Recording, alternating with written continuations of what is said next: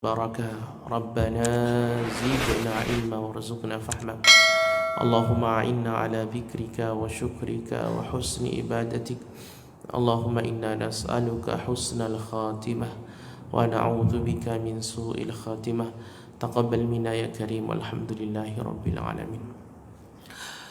Bapak Ibu jamaah yang dimuliakan Allah Subhanahu wa taala, ada satu doa penting yang mungkin doa ini harus dan selalu senantiasa kita sampaikan kepada Allah. Kita mintakan kepada Allah Subhanahu wa taala dalam setiap munajat dan doa-doa kita. Doa itu adalah Allahumma inni as'aluka husnal khatimah.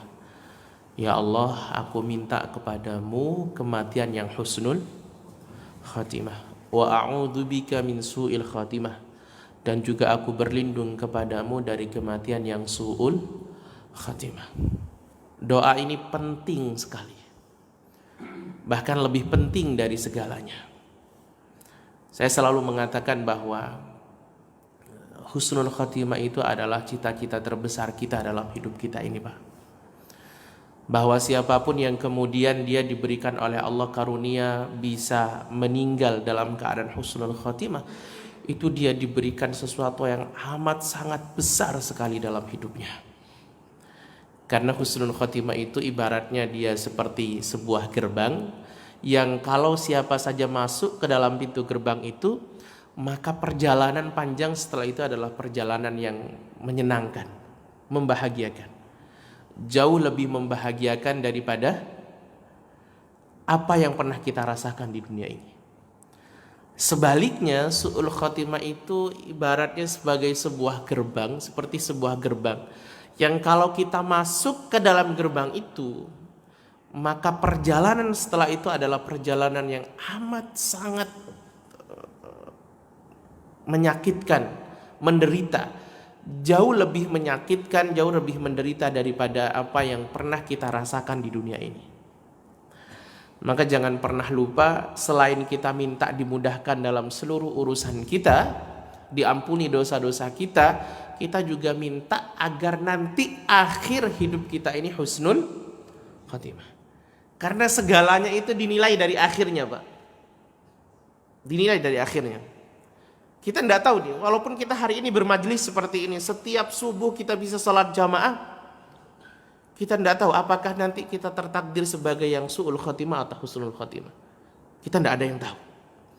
Tapi minimal salah satu tanda bahwa Allah itu akan mentakdirkan seorang hamba mati dalam keadaan husnul khatimah, minimal tuh Pak, dia banyak minta sama Allah, banyak minta doa ini. Dia tidak pernah lupa untuk bilang sama Allah, ya Rabb, aku mohon kepadamu kematian yang husnul khatimah. Masa dari sekian banyak kita minta kepada Allah Subhanahu wa taala itu tidak ada satu doa yang kemudian dikabulkan? Bukankah Allah bilang sama Rasul pernah menyampaikan kepada kita bahwa Allah itu malu kepada hambanya yang kemudian dia sudah menengadahkan tangannya tapi kemudian tidak dikabulkan.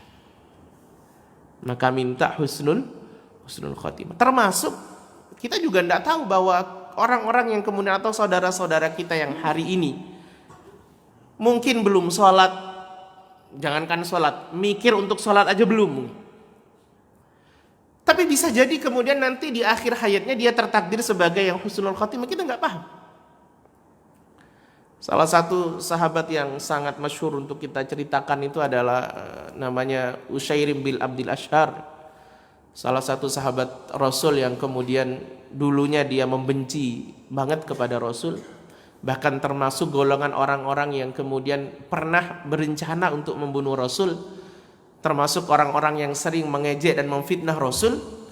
Tapi ternyata jemaah yang dirahmati Allah, sebelum beliau meninggal, beliau taubat. Beliau masuk ke dalam agama Allah Subhanahu wa taala. Kemudian saat beliau mengucapkan 2 kalimat syahadat, kata Usyairim, ya Rasul, salat sekarang boleh aku salat? Kata Rasul, belum waktunya salat. Lalu terus aku mau ngapain? Terus sekarang sahabat-sahabatmu lagi pergi perang ke Uhud, kau ikut sama mereka. Ikut perang Uhud jemaah yang dirahmati Allah. dan Allah mentakdirkan beliau meninggal sebagai bagian daripada syuhada Uhud. Dan beliau masuk ke dalam surga Allah wafat dalam keadaan husnul khatimah. Dialah sahabat Rasul yang masuk ke dalam surga Allah sementara ini jidatnya, ini dahinya belum pernah nyentuh ke tempat sujudnya. Maka kita penting untuk minta ini, Pak. Karena kita nggak tahu kita ini husnul khatimah atau su'ul khatimah. Maka dalam setiap munajat kita perlu kemudian bilang, Allahumma inni as'aluka husnal khatimah. Ya Allah, wafatkan aku dalam keadaan husnul khatimah. Mudah-mudahan kita semua yang hadir di majelis ini dan keluarga kita itu diwafatkan oleh Allah Subhanahu wa taala dalam keadaan husnul khatimah. Jemaah yang dirahmati Allah Subhanahu wa taala. Setelah kemarin kita berbicara tentang Nabiullah Adam alaihissalam, satu episode atau 2 episode. Kemudian juga Nabiullah Sith alaihissalam, nabi yang kedua sebelum Nabiullah Idris alaihissalam. Kita juga berbicara 1 episode. Kemudian yang terakhir kemarin kita bicara tentang Nabiullah Idris alaihissalam atau Nabiullah Khunuh atau Ukhnuh, sebagai seorang nabi yang kemudian betul-betul menjadi inspirasi bagi kita karena ada banyak jariah yang beliau tanamkan sehingga setiap hari amal-amal beliau itu kemudian meningkat luar biasa. Bahkan pahala-pahala yang kita lakukan hari ini itu juga nanti dikirim kepada Nabiullah Idris alaihissalam, karena beliau yang pertama kali kemudian menemukan apa, Pak? Menemukan kolam, menemukan pakaian, dan ada banyak lagi yang kemudian menjadi sarana kita bisa beribadah di hari ini. Maka kalau kita sholat, kita sedang puasa, kita sedang ngaji begini, itu Nabiullah Idris juga mendapatkan kiriman pahalanya. Kemudian hari ini jemaah yang dirahmati Allah, kita akan membahas satu kisah Nabi. Kita lanjutkan. Kira-kira kalau setelah Nabi Idris, Nabi siapa, Pak? Nabi Nuh alaihissalam. Saya sering ketika bicara tentang Nabiullah Nuh alaihissalam itu saya memberi judul adalah Nabi Nuh dan peradaban baru dunia. Karena nanti kita akan menjumpai bahwa banjir bandang yang terjadi di zaman Nabiullah Nuh alaihissalam yang kemudian dibarengkan dengan taufan itu meluluh lantahkan semua yang ada di bumi. Sampai tidak ada yang hidup waktu itu kecuali hanya orang-orang yang ada di kapal Nabi Nuh alaihissalam.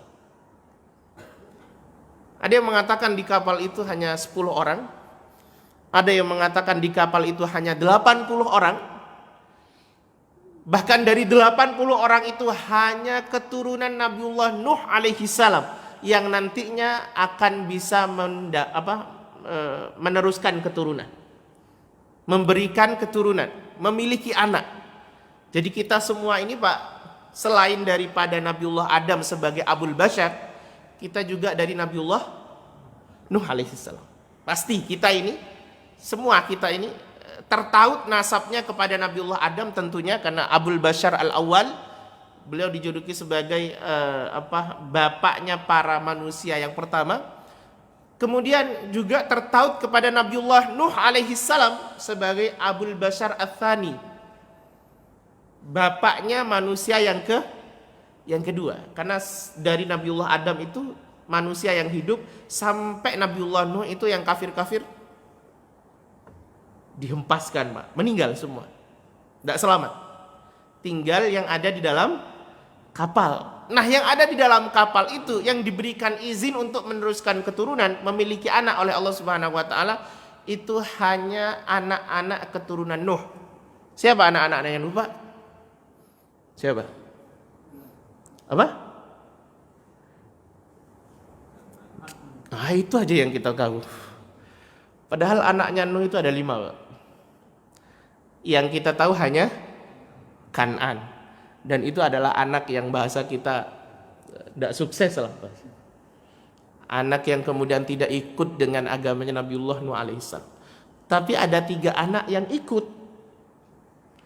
Ada 3 anak Nabiullah Nuh yang kemudian salih ikut dan mereka selamat, dan pada akhirnya mereka bisa meneruskan keturunan.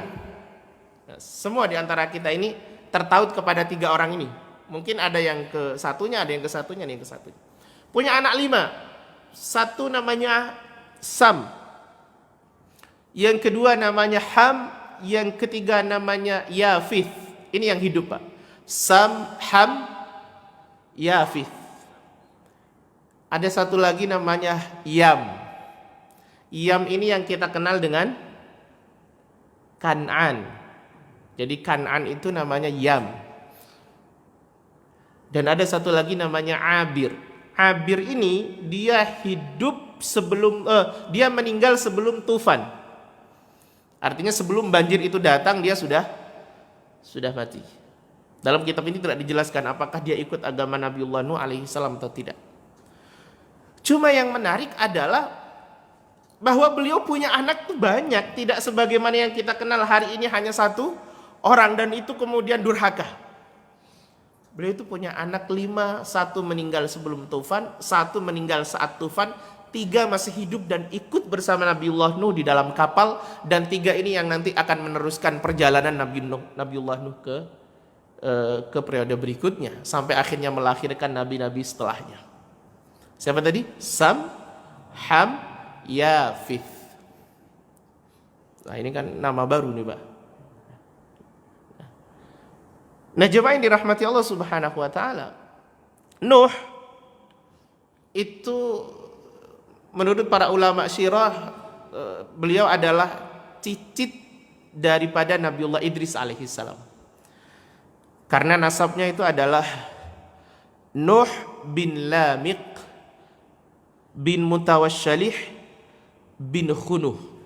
Khunuh siapa, Pak? Idris. Sekarang mulai harus terbiasa dengan nama-nama baru, Pak. Jangan hanya menghafal yang 25 nabi yang kita nyanyikan setiap dulu waktu kecil itu.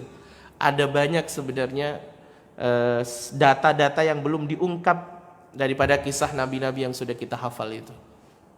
Termasuk diantaranya Nabiullah Nuh alaihissalam. Nanti kita akan tahu kenapa kemudian ada anak yang tidak mau ikut, kenapa kemudian ada anak yang mau ikut.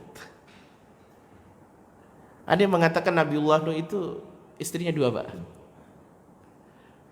1 istri yang kemudian melanggar itu. Tahu gak? Yang di dalam Al-Quran dikatakan bahwa ada 2 nabi yang punya istri tapi istrinya tidak mau ikut. 1 Nabiullah Nuh, yang kedua Nabiullah Lut alaihissalam. Coba kebayang, teman-teman. Ini nabi. Dia punya istri yang setiap hari hidup satu rumah dengan beliau, bahkan satu kamar dengan beliau, tapi ternyata urusan hidayah tidak ikut. Urusan hidayah tidak ikut. Kami para asatid itu jemaah yang dirahmati Allah paling takut kalau kemudian diuji dari anak, diuji dari istri. Kenapa seperti itu? Karena kami ini setiap hari pindah dari satu masjid ke masjid yang lain, dari satu majelis ke majelis ilmu yang lain, menyebarkan irsyad, memberikan pencerahan dan nasihat.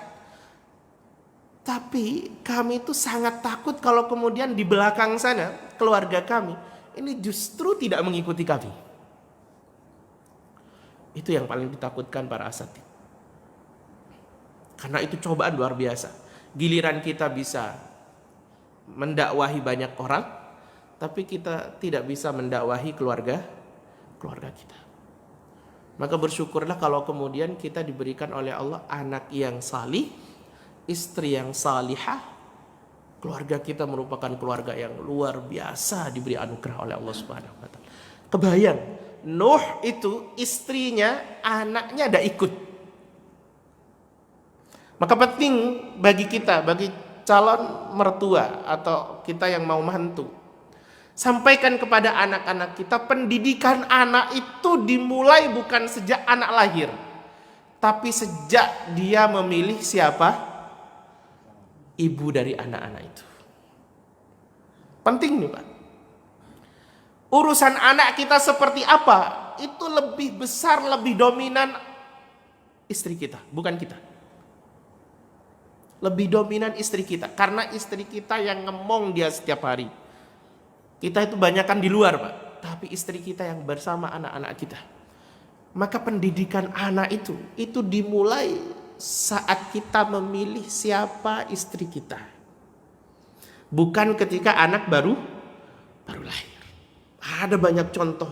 Di dalam Al-Quran itu sangat luar biasa. Lengkap bagaimana Allah menggambarkan tentang pendidikan anak.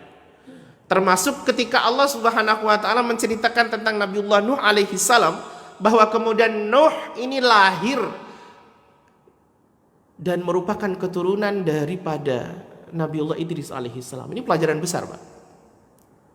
Jadi dari Nabi Idris itu nanti melahirkan Mutawassyalih, dari Mutawassyalih melahirkan Lamik, dari Lamik melahirkan Nuh alaihi salam.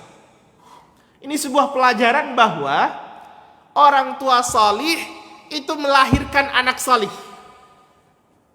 Suatu saat, tidak harus anak yang persis di bawahnya. Kayak Nabiullah Nuh alaihi salam. Itu beliau lahir daripada keturunan Nabiullah Idris alaihi salam. Saya pernah suatu hari ngundang salah seorang hafidz Quran namanya Najah, Pak. Tahu Pak Najah? Seorang hafidz Quran umur masih mungkin tidak lengkap 10 tahun, mungkin 8 atau 7. Dia punya keterbatasan, tidak bisa berjalan, bahkan divonis dia punya permasalahan di otaknya. Tapi dia hafal 30 juz, bahkan dengan nomor ayatnya, dengan halamannya, dibolak-balik itu bisa. Suatu hari datang ke masjid kami, kita undang untuk memberikan motivasi kepada teman-teman penghafal Quran dan juga kepada orang tua. Yang menarik adalah ketika kemudian anak ini dia menjawab pertanyaan daripada jamaah luar biasa. Betul semua. Mulai dari ayat, neruskan ayatnya, nomor ayatnya, halamannya keberapa, kemudian belakangnya apa, depannya apa, atasnya apa, itu semua tahu. Yang menarik adalah ketika ibunya bilang begini, saya kata dia, saya ini adalah orang umum, wanita karir kata dia. Sementara ayah daripada Najah ini juga orang awam. Kami berdua tidak ada yang ahli agama. Tidak ada di antara kami ini yang kemudian pesantren, kemudian jadi ustadz atau ustadzah, tidak ada. Tapi dulu kami memiliki seorang kakek yang dia adalah seorang ulama dan tuan guru di negerinya. Jadi kesolihan kita itu nanti akan pengaruh sama generasi kita, walaupun tidak harus generasi pertama. Tapi nanti anak-anak kita kelas selanjutnya. Termasuk tadi Najah itu mungkin sebagai Nabiullah Nuh alaihi salam, kesalihan kakeknya atau kesalihan buyutnya itu mempengaruhi lahirnya generasi-generasi terbaik berikutnya. Bapak bisa perhatikan, orang yang hari ini besar dengan kesalihannya itu rata-rata dia memiliki gen yang dulu juga tertaut pada orang-orang besar salih sebelumnya. Maka kesalihan kita ini punya pengaruh, jemaah yang dirahmati Allah. Jangan berpikir bahwa kesalihan kita untuk kita, enggak. Generasi kita berikutnya ini juga menikmati kesalihan kita. Maka dalam dunia parenting itu, kalau kita salih, maka potensi kita melahirkan anak salih itu terjadi. Maka kalau ikut seminar parenting jangan hanya yang teknis-teknis saja, Pak. Saya beberapa kali ikut seminar parenting, itu teknis saja yang dibahas. Tahu teknis, Pak? Anak tuh kalau bisa jangan pakai gadget di usia 8. Jangan nonton TV lebih dari 1 jam. Itu kan teknis sebenarnya. Tapi kadang lupa membahas yang prinsip. Apa itu yang prinsip? Bahwa kesalihan orang tua itu mempengaruhi kesalihan anak. Itu penting. Artinya sebelum kita nuntut anak salih, mestinya kita yang salih dulu. Bahkan ada salah satu ulama yang mengatakan, dosa yang dilakukan oleh orang tua itu tumbal pertamanya adalah anak. Dosa kita itu Pak, yang kita lakukan, bahkan kemudian kita nikmati, itu tumbal pertamanya adalah anak kita. Jangan sampai kemudian kita seakan-akan merasa tidak melakukan apa-apa, tidak mendapatkan azab, tapi ternyata justru Allah mendesain anak kita menjadi cobaan bagi kita. Itu yang bahaya Pak. Maka sebelum kita melakukan dosa, itu lihat bagaimana anak kita, bahwa dosa ini nanti akan pengaruh sama anak kita. Itu yang prinsip dalam parenting. Kalau cuma teknis Pak, anak tidak boleh kemudian menonton TV 1 jam selama 1 hari. Nah itu memang betul bagus. Tapi namanya anak cuma yang dirahmati Allah. Tidak boleh sama kita, giliran kita tidur dia nonton bisa 2 jam. Iya kan?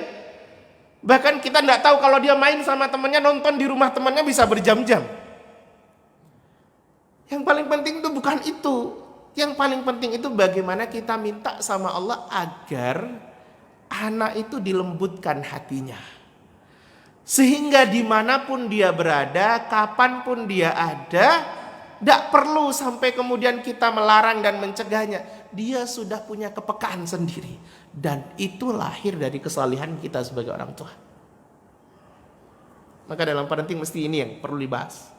Tidak hanya sekedar yang teknis-teknis saja. Teknis penting, komunikasi sama anak itu penting. Tapi yang paling penting adalah bagaimana kesalehan kita itu kemudian membentuk kesalehan anak-anak kita. Walaupun tidak anak yang pertama, mungkin nanti cucu kita, mungkin nanti cicit kita. Tapi yang jelas orang-orang besar yang hari ini besar dengan kesalehannya itu rata-rata tertaut pada orang-orang sebelumnya atau kakeknya, buyutnya yang juga besar dan salih. Nah, jemaah yang dirahmati Allah Subhanahu wa taala.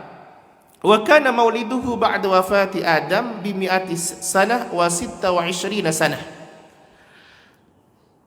Nuh itu lahir 126 tahun setelah Adam meninggal. Coba kebayang Mbak, Nabiullah Adam itu hidup berapa generasi itu? Beliau baru meninggal 126 tahun sebelum akhirnya Nuh lahir. Berarti memang Adam dia menangi Idris, bahkan mungkin dia menangi Yarid, menangi Mutawassyali. Tapi ketika Nuh lahir, Adam sudah meninggal. Wa kana baina Adam wa Nuh 10 qurun. Dan jarak antara Nabiullah Adam dengan Nuh itu 10 kurun. 10 kurun itu bisa 10 abad, bisa 10 generasi. Jadi 10 abad artinya berapa Pak? 1000 tahun. Tapi ini menarik sekali. Selama 1000 tahun itu jemaah yang dirahmati Allah, kulluhum 'alal Islam. Semuanya beragama Islam. Semuanya beragama tauhid. Mereka semua nyembah Allah Subhanahu wa taala. Jadi dari Nabiullah Adam alaihissalam sampai Nabiullah Nuh alaihissalam, lahirnya Nabiullah Nuh itu semuanya alal Islam. Semuanya menyembah Allah Subhanahu wa taala. Semua tahu bahwa Tuhannya adalah Allah Subhanahu wa taala. Tapi masalah yang terjadi dari sejak Nabiullah Adam sampai sebelum akhirnya lahir Nabiullah Nuh alaihissalam itu berkisar hanya pada moralitas. Paham ya Pak? Bukan pada akidah, tapi pada akhlak. Jadi mereka menyembah Allah, tapi kadang sik mencuri, kadang sik berzina, kadang sik berjudi, minum khamar itu. Itu masalahnya di situ. Tapi mereka secara akidah nyembah Allah Subhanahu wa taala. Mirip-mirip kita lah Pak hari ini. Ya kan? Ya Islam secara KTP, ya juga dia bersyahadat, dia paham bahwa Allah satu. Allah yang kuasa. Tapi ya suruh sholat, ya malas minta ampun. Sik khomer, sik judi dan lain sebagainya. Jangan kita bayangkan bahwa pelaku narkoba itu banyak orang enggak Islam. Islam itu ada sebagian yang Islam. Bahkan sebagian juga kadang tahu baca Quran bisa, ya kan? Tapi secara moralitas dia bermasalah. Nah, Di waktu itu memang begitu. Secara moralitas mereka ada yang bermasalah, tapi secara akidah mereka tahu bahwa Tuhan adalah Allah Subhanahu wa taala. Tapi ketika Nabiullah Nuh alaihi salam diutus, di situ baru muncul kesyirikan. Maka Nuh itu disebut sebagai Rasul pertama.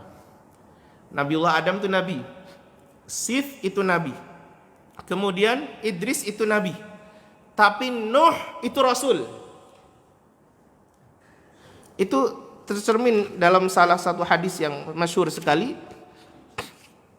hadis syafaat ketika nanti kita di padang mahsyar. Jemaah dirahmati Allah, kita semua kepanasan karena matahari ada di atas kepala kita. Kemudian kita juga kebingungan karena waktu itu kita juga tidak tahu nasib kita seperti apa. Bahkan digambarkan di dalam surah Abasa itu, faida ja'atis sakhah, kalau hari mencekam itu sudah datang. Yauma yafirul mar'u min akhi, kau akan mendapati orang itu akan lari dari saudaranya. Jadi di padang mahsyar itu Pak, nanti kita saling tidak mau, bukan saling mencari, saling tidak mau. Wa ummihi wa abi, anak gak mau sama ibunya, gak mau sama ayahnya. Wa sahibatihi wa bani, dan kemudian kita tidak mau sama sahabat kita, ini sama-sama bersahabatan, ini satu majelis ini, saling nggak mau nanti. Dengan anak kita juga nggak mau. Likulli imri'in minhum yawma idin sya'nu yughni, saat itu semuanya sibuk nyelamatin dirinya sendiri. Nah itu kemudian ada rombongan gitu, dia datang kepada Nabiullah Adam alaihi salam. Kemudian dia bilang kepada Nabiullah Adam, ya Adam, anta abul bashar, wahai Adam, bukankah engkau ini bapaknya manusia? Khalaqakallahu biyadih, Allah menciptakanmu dengan tangan Allah sendiri. Wa nafakha fika min ruhi, dan meniupkan ruhnya dengan Allah sendiri. Diceritakan bagaimana istimewanya Adam. Sampai wa amaral malaikata fasajadu laka, sampai malaikat juga sujud kepadamu. Wahai Adam, kata kita orang-orang itu, ala tasfa'u lana ila rabbik, tolong dong berikan kami ini syafaat, mintakan kepada Tuhanmu. Kata Adam, enggak bisa, karena aku pernah melakukan dosa kepada Rabbku.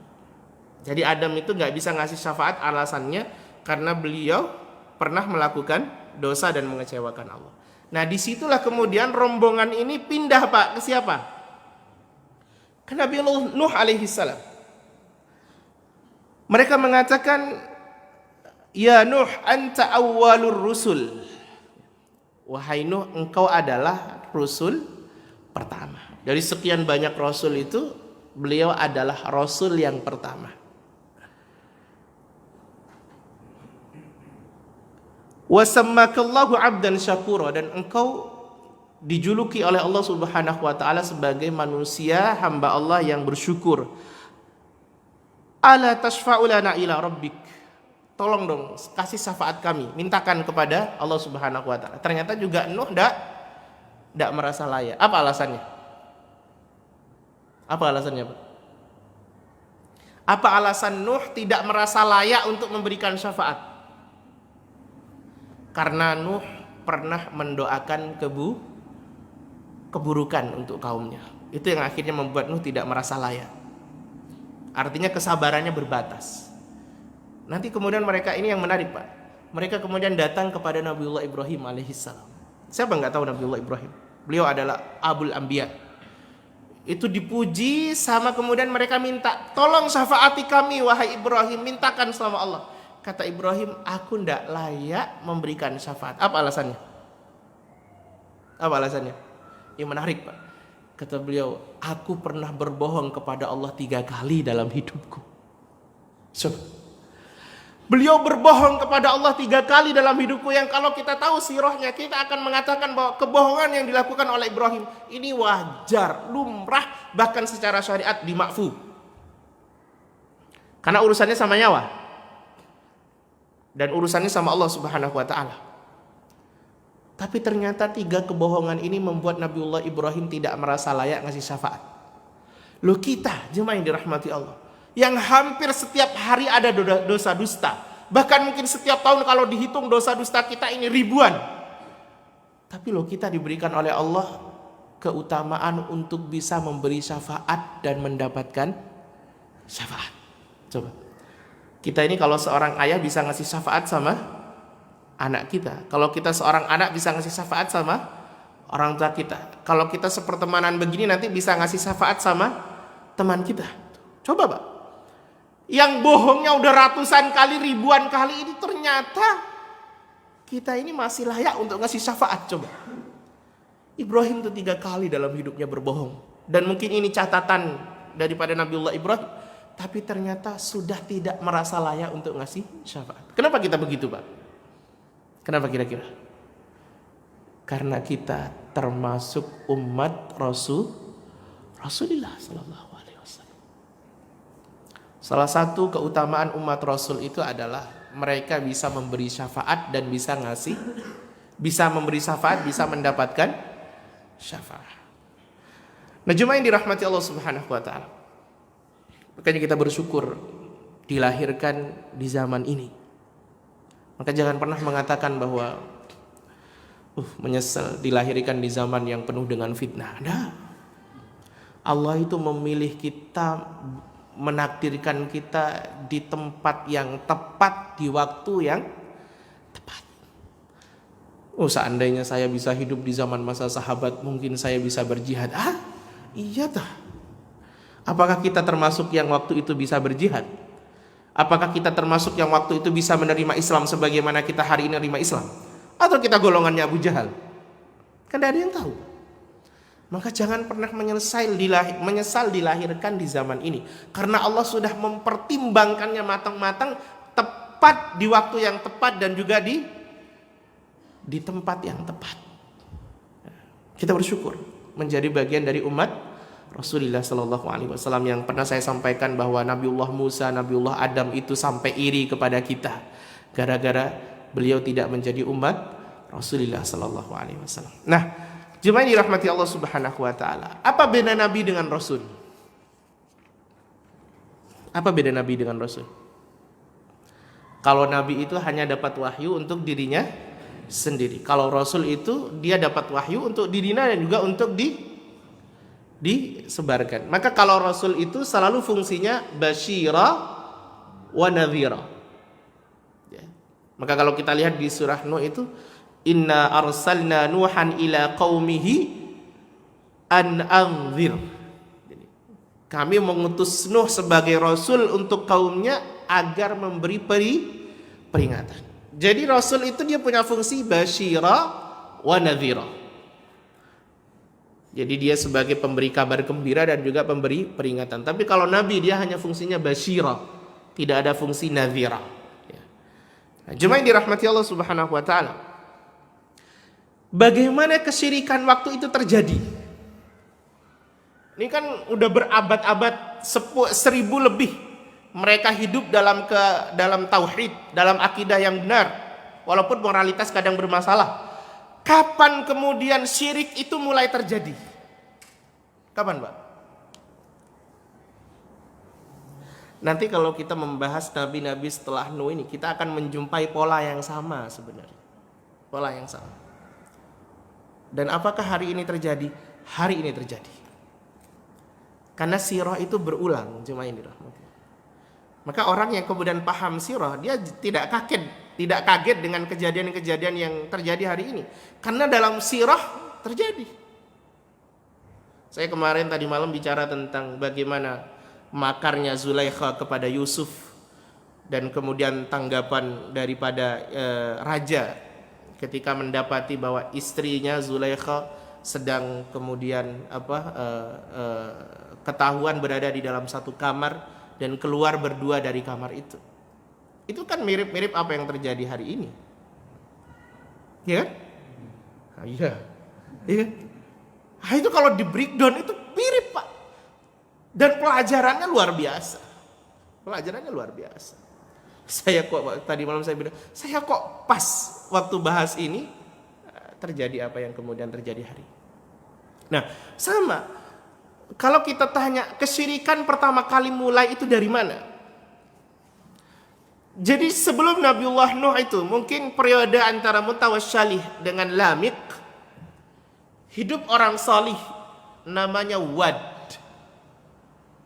Wad ini konon disebut sebagai nama kunyah. Karena Wad itu artinya orang yang paling dicintai. Maka kita kenal dengan Mawaddah. Mawaddah itu kan orang yang dicintai. Jadi antara suami cinta sama istri, istri juga cinta sama suami. Karena pernikahan tanpa rasa cinta, itu apa, Pak? Itu paham, hambar. Kita itu kalau gak cinta sama istri, hambar. Walaupun serumah itu hambar, Pak.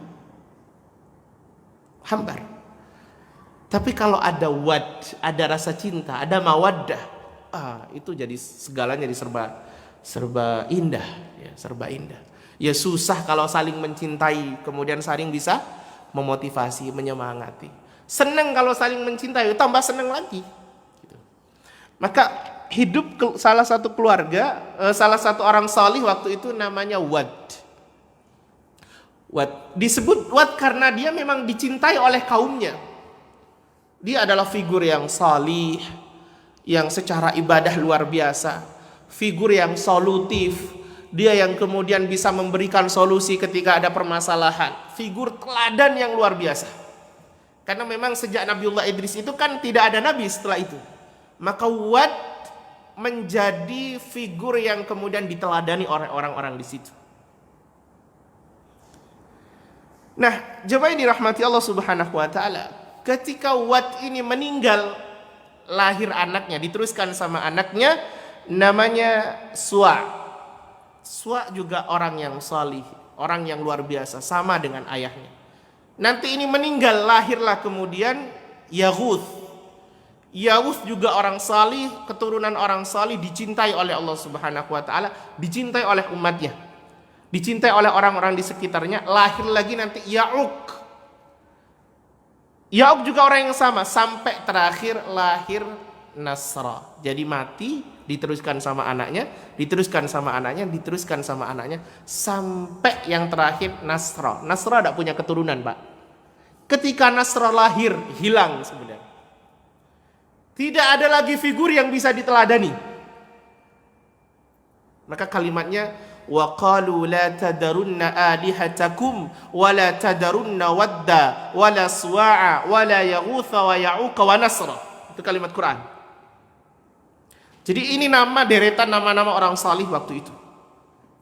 Yang ketika mereka semua meninggal, ini orang-orang merasa kehilangan. Siapa yang hari ini bisa membantu kita?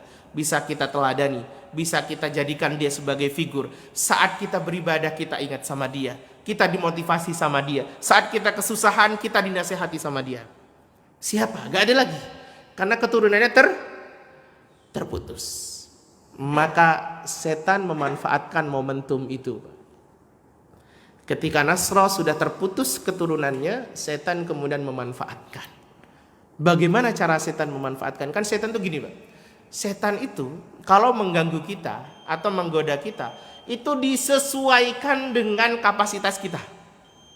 Kalau model kayak bapak begini nih, mungkin susah kalau diajak maksiat, karena gak bisa nikmati. Betul. Model kayak bapak kayak gini gak bisa kan diajak untuk kemudian mencuri, itu susah. Sampai setan digodanya tidak untuk mencuri. Oh, ini ahli ibadah nih. Ini kalau diajak mencuri, diajak minum khamr pasti gampang nangkalnya, nolaknya. Maka kemudian diajak apa? Diajak untuk riya. Ya kan? Diajak untuk riya. Sehingga walaupun dia ibadah seakan-akan tidak dinilai sebagai ibadah. Ke situ, Pak. Jadi setan itu sampai pada akhirnya kita itu diajak untuk beribadah, tapi dalam ibadah itu tidak ada nilai pahala, tidak diterima, yaitu riya, tidak ittiba, dan lain sebagainya. Sehingga kita capek kita merasa sudah ibadah, tapi ternyata ibadah kita tidak dihitung. Itu juga bagian dari bujukan-bujukan setan.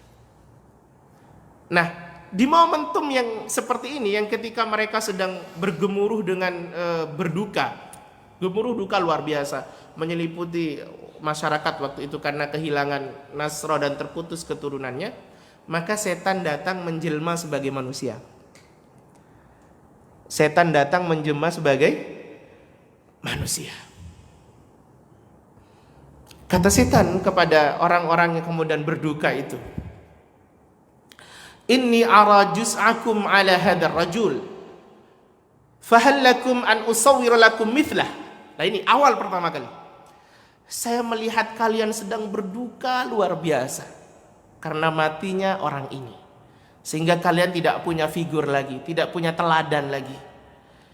Kalau boleh aku usul, kata setan, boleh nggak aku akan buatkan gambar buat kalian, di mana gambarnya adalah gambar orang-orang ini, Wad, Suwa, Ya'uq, Nasra, apalagi tadi?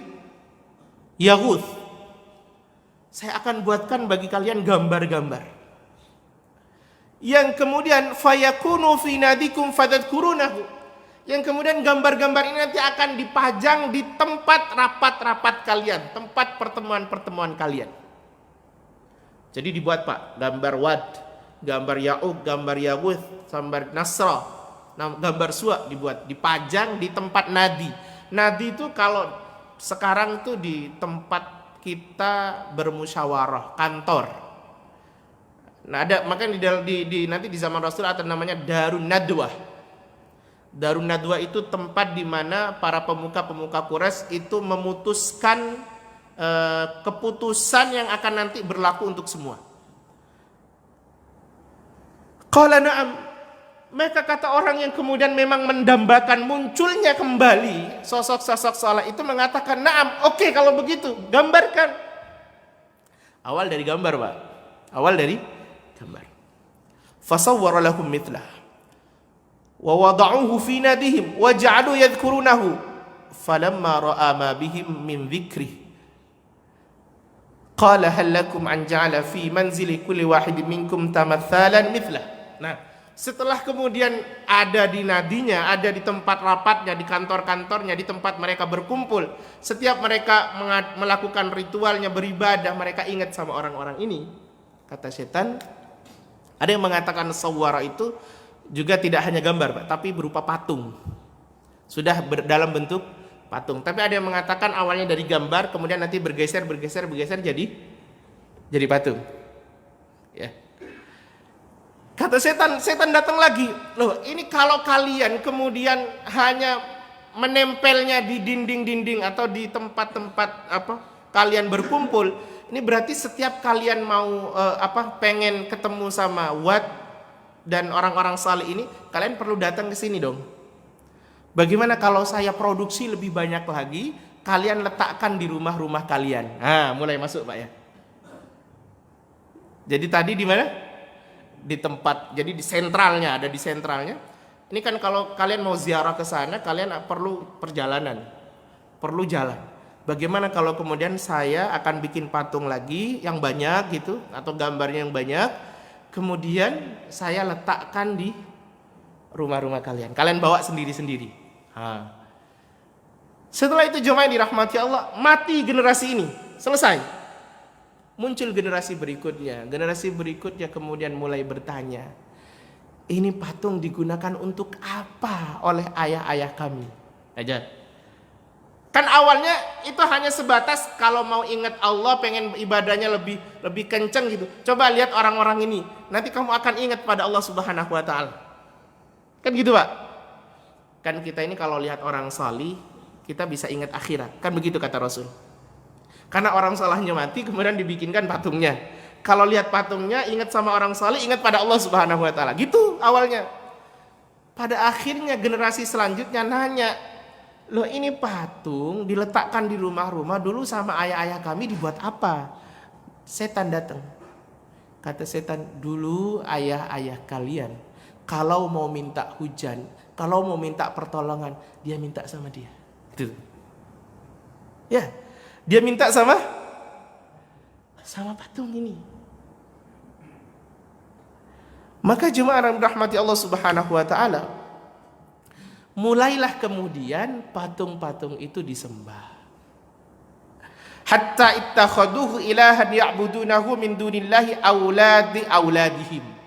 Jadi generasi-generasi berikutnya itu kemudian pada akhirnya dia menyembah patung-patung itu karena setan mengatakan bahwa bapak-bapak kalian dulu menjadikan ini sebagai Tuhan dan menyembahnya. Maka ketika mereka minta hujan, mereka minta sama ini. Ketika mereka minta kemudian punya hajat, mereka minta sama ini. Disitulah kemudian terjadi yang namanya kesyirikan pertama. Paham ya Pak? Dari mana alurnya? Ketika kesyirikan ini mulai merebak, jemaah yang dirahmati Allah, sampai pada akhirnya semua wilayah itu menyembah asnam, menyembah patung-patung, yaitu patung Wad, patung Suwa, patung Yaguth, patung apa tadi? Ya'uq, patung Nasrah. Jadi ada 5 ini, Pak. Ini adalah patung pertama yang kemudian muncul di bumi sebelum Hubal. Jauh. Ini kesyirikan pertama dan patung pertama. Nah, disitulah kemudian terjadi kesyirikan. Maka Allah Subhanahu wa ta'ala punya kepentingan untuk ngutus siapa? Ngutus Rasul. Nuh yang kemudian diutus. Nah, jemaah yang dirahmati Allah Subhanahu wa ta'ala, ini pelajaran besar sebelum saya tutup.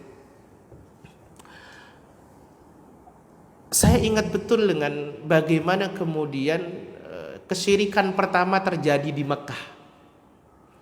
Bukan kesyirikan pertama. Kesyirikan pertama terjadi di Mekah setelah Amr bin Luhai membawa patung pertama ke Mekah. Kita kan tahu di Mekah itu saat peristiwa Fathu Mekah itu ada 360 patung yang dihancurkan oleh Rasul Shallallahu Alaihi Wasallam. Itu dibawa oleh siapa? Amr bin Luhai pertama kali. Kasusnya sama, cuma beda pola. Amr bin Luhai ini dia adalah pemimpin Bani Khuza'ah yang digadang-gadang sebagai figur orang salih teladan waktu itu. Sampai setiap kalimatnya itu diikuti oleh siapa saja yang mendengarkan. Yang di Mekah itu. Kan dulu Mekah itu, kalau nanti kita bicara tentang kisah Nabiullah Ibrahim, Mekah itu dulu berasal daripada Bunda Hajar, kemudian masuk suku Jurhum memimpin beberapa dekade, kemudian masuk Bani Khuza'ah, karena suku Khuza'ah mengalahkan suku Jurhum, akhirnya suku Khuza'ah yang berpuasa di situ. Suku Khuza'ah punya pemimpin namanya Amr bin Luhai. Amr bin Luhai orang salih, diikuti kalimat-kalimatnya kemudian dijadikan teladan. Nah, suatu hari Amr bin Luhai ini melakukan perjalanan dagang. Kemana Pak? Ke Syam. Kan di dalam Quran itu ada rihlatas syita'i wassaif. Ada perjalanan dagang. Bisa ke Syam, kalau ke atas itu ke Syam, kalau ke bawah itu kemana? Ke Yaman. Bisa ke Syam, bisa ke Yaman. Nah, waktu itu beliau perjalanan dagang ke Syam. Di Syam itu beliau melihat masyarakatnya sejahtera luar biasa.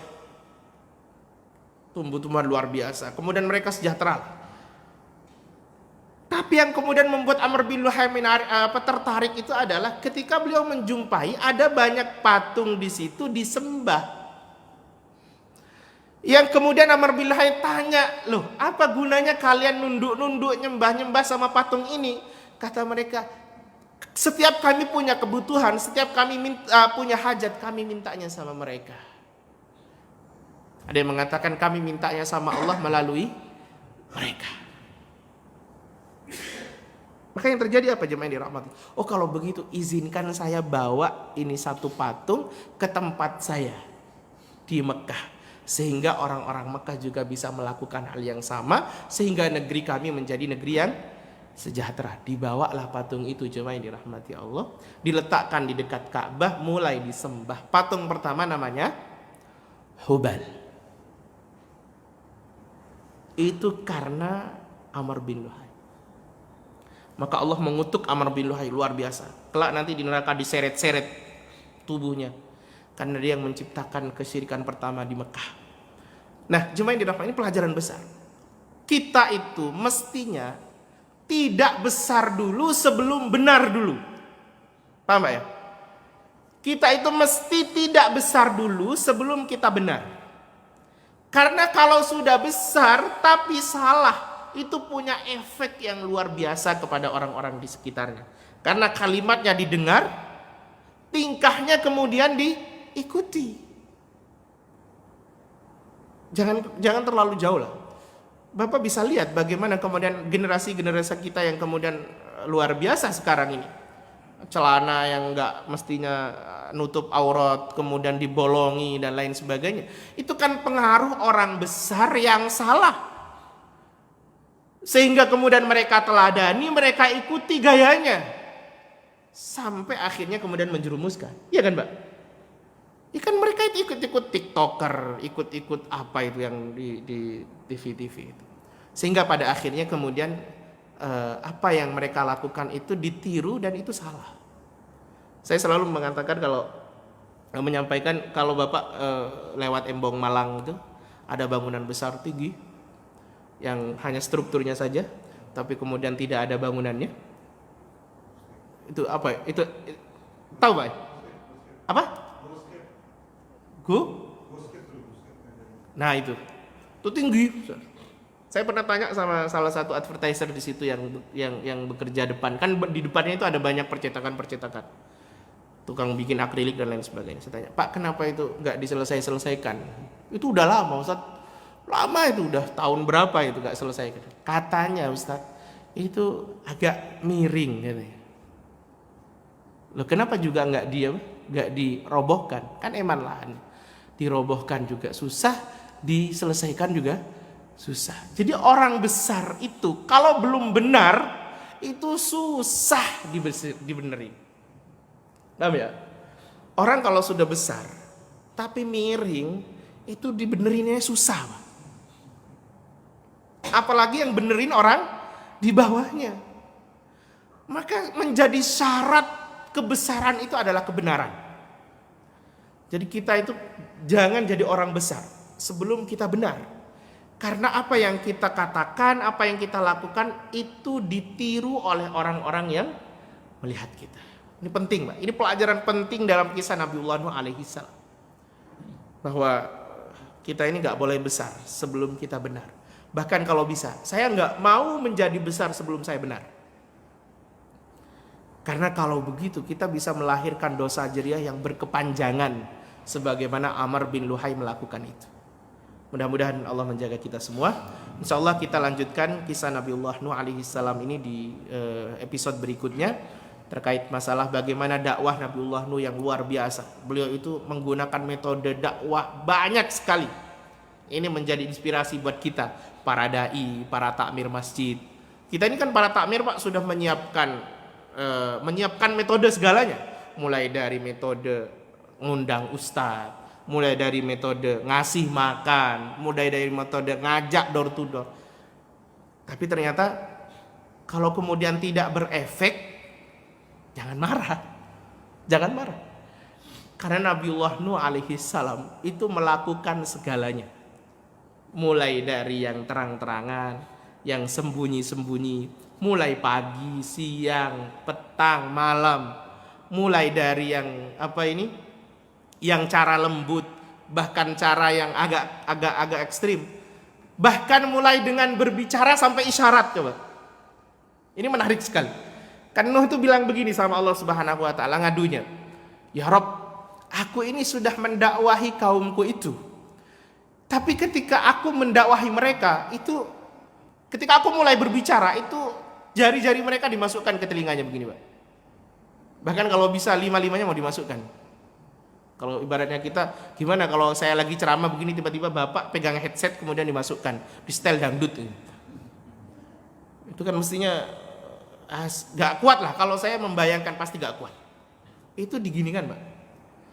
Ketika diginikan kan tidak dengar. Maka Nuh berubah, tidak berbicara, pakai isyarat. Dilihat kan? Ketika dilihat itu pakaiannya diginikan sehingga gak kelihatan. Coba, Pak.